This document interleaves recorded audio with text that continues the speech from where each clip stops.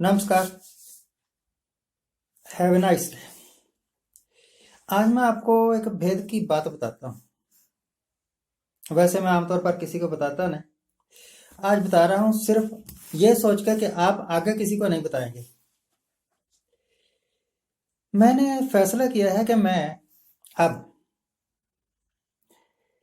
BJP join कर लूंगा और राजनीतिक जीवन जीऊंगा जितना भी बचा है। तो अगर बचा है तो उसका एक कारण है विशेष। वो भेद की बात यह है कि मुझे ना झूठ बोलने की बहुत आदत है। ऊट पटांग अंट शंट झूठ जब तक मैं दो चार बोल ना लूं तब तक मुझे रोटी हजम नहीं होती शायद। तो भैया जो बीजेपी है पार्टी, ये एक only one party in the world जिसमें झूठे लोगों की कदर बहुत है। तो मेरी भी कदर होगी। और क्या पता आगे चल के मेरे झूठ बोलने का सिक्का इतना जमे और मैं प्राइम मिनिस्टर ऑफ इंडिया हो जाऊं। चांसेस ब्राइट है ना। इस करके मैंने सोचा आप अपने है, इस करके आपको बता देता हूं कि मेरा अगला प्रोग्राम है बीजेपी पार्टी ज्वाइन करना। ओके, पढ़ाई लिखाई में तो हम कम है नहीं किसी से, भाषण भी अच्छा दे लेते हैं। अब मुझे महसूस हुआ तो जो बेसिक क्वालिटी है एक लीडर की कि झूठ बोलो, वो तो अपने में है ही। तो भैया हमारी सीट पक्की ही समझो। इसमें थोड़ा शक है कि मैं प्राइम मिनिस्टर बनूंगा या नहीं बनूंगा, क्योंकि हो सकता है कि कोई मेरे से भी बड़ा तंगड़ हो, झूठ बोलने वाला, फिर तो गड़बड़ हो जाएगी ना।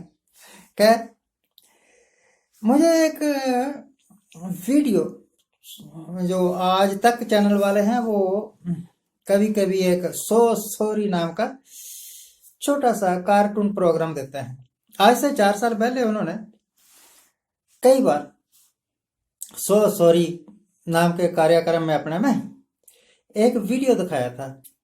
मैं काला धन ले आऊंगा तुम देखती रही हो, या कुछ और वर्डिंग होंगी, वैसे मैन यही था। तो उसमें एक तो मोदी साहब थे, मैं काला धन ले आऊंगा, और दूसरी तरफ शायद मायावती थी, या शायद ममता बनर्जी थी, या शायद दोनों थे। इससे क्या फर्क पड़ता है दूसरी तरफ कौन था, हीरो थे। तो मैं काला धन ले आऊंगा तुम देखती रही हो, सिर्फ झूठ थोड़ा सा ही बोला, ज्यादा तो बोला नहीं। मैं काला धन ले आऊंगा कह के इलेक्शन लड़ा, इलेक्शन जीत गए। अब मैं भी कोई ऐसा ही नया जुमला तैयार कर सकता हूं ना। भाई और बहनों, ने देश के भगोड़े सेठ जितने भी करोड़ों अरबों रुपया लेकर विदेशों में भाग गए हैं, मैं उनको कान से पकड़ कर लाऊंगा। और यकीन मानिए ये 1500 सेठ है, इनके पास इतना धन है हिंदुस्तान का कि अगर वो सारा मैं पूरे हिंदुस्तान के लोगों में बांटना शुरू करूं तो इतने इतने लाख रुपए तो आ ही जाएगा। इस बार 15 लाख नहीं कहूंगा क्योंकि वो जुमला तो ये मेरी स्कीम थी, मैंने आपको बताई। इस करके बताई क्योंकि मैंने देखा कि काला धन लेकर आऊंगा एक बात, नोटबंदी करके आतंकवाद खत्म कर दूंगा दूसरी बात। मुझे नहीं पता कैसे हुआ आतंकवाद खत्म या काला धन कैसे खत्म हुआ, पर हो गया। और भैया जीएसटी लगा के आतंकवाद को कंट्रोल कर लूंगा। मुझे नहीं पता आतंकवाद कितना का कंट्रोल हुआ, जीएसटी के कारण हुआ जाके हमारे फौजियों की गोली के कारण पर हुआ। मैं किसानों की आय दुगनी कर दूंगा, है ना। इस मैं दुगनी नहीं कहूंगा, मैं कहूंगा कि मैं किसानों की आय जितनी वो चाहें उतनी बढ़ा दूंगा किसानों के ऊपर। जितनी ज्यादा वो हमें वोटें देंगे हम उतनी उनकी आय बढ़ा देंगे। आप सिर्फ वोट डालिए, हमें एक बार सत्ता पर बैठा दीजिए। कोई मेरे से ये पूछेगा नहीं मोदी साहब में पता क्या कमी है। मोदी साहब में कमी है कि ये प्रेस को संबोधित नहीं करते। इन्होंने कभी प्रेस कॉन्फ्रेंस की नहीं, डरते हैं कि सवाल, और मेरे से तो कोई जैसा मर्जी सवाल पूछ ले, इंग्लिश में पूछ ले, उर्दू में पूछ ले, हिंदी में पूछ ले, पंजाबी में पूछ ले, जर्मन में पूछ ले, इटालियन में पूछ ले। इटालियन मैंने स्पेशली कहा है, मैं तो जवाब दे दूं। अपना चांस उधर भी रखना चाहिए ना, इटालियन लोगों की तरफ, क्या पता उधर ही हमारा चांस बन जाए।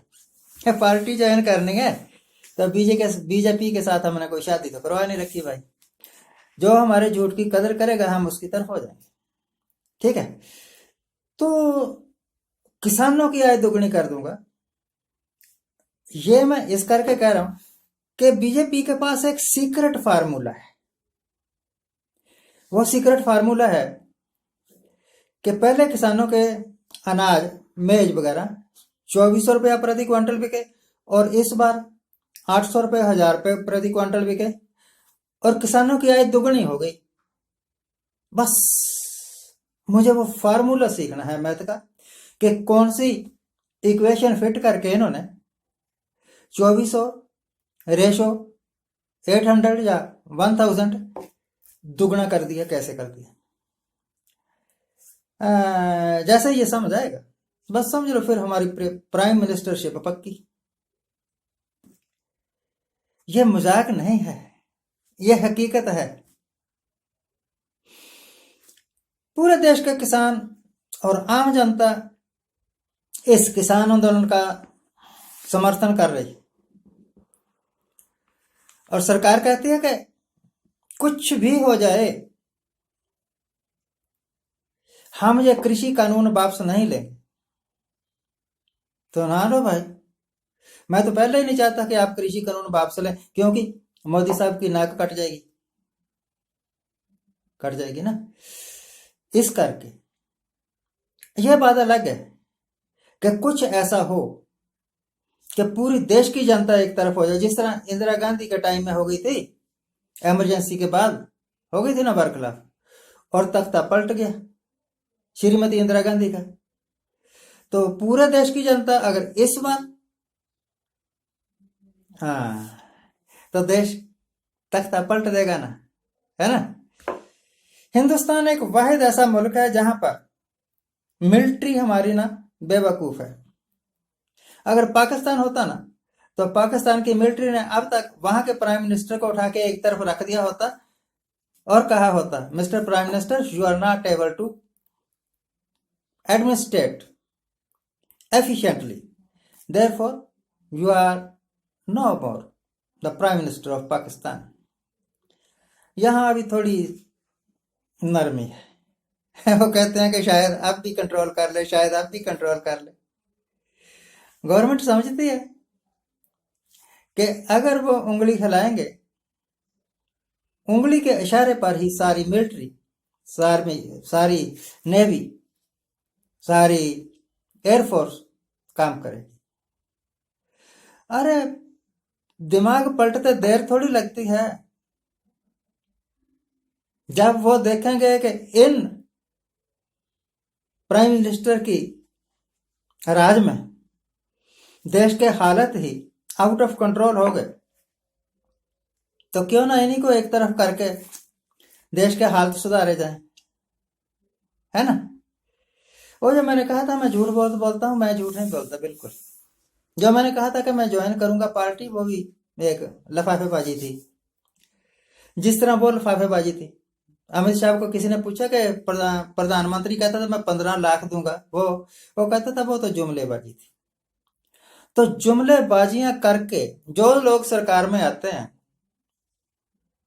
वो सरकारें चलाने के लिए नहीं आते, वो धन इकट्ठा करने के लिए आते हैं। उनको देश की, जनता की, गरीब गुरबे की कोई फिक्र नहीं होती। उनको फिक्र सिर्फ उन लोगों की होती है जो उनके ऊपर पैसा खर्चते हैं। दोस्तों, नया वर्ष आ रहा है, आपको आने वाले नए वर्ष कि पहले ही बधाई दे देता हूँ, क्या पता कल हो हम कहना हो। I wish U a very happy prosper new year 21। आज जिनका जन्मदिन है उनको हैप्पी बर्थडे। आज जिनकी मैरिज एनिवर्सरी है उनको बहुत बहुत शुभकामनाएं। सदा सुखी रहिए, आनंद परेशान रहिए। जुमलेबाजी से बचना भाई। देश का किसान बचाओ, वो आपको बचाएगा।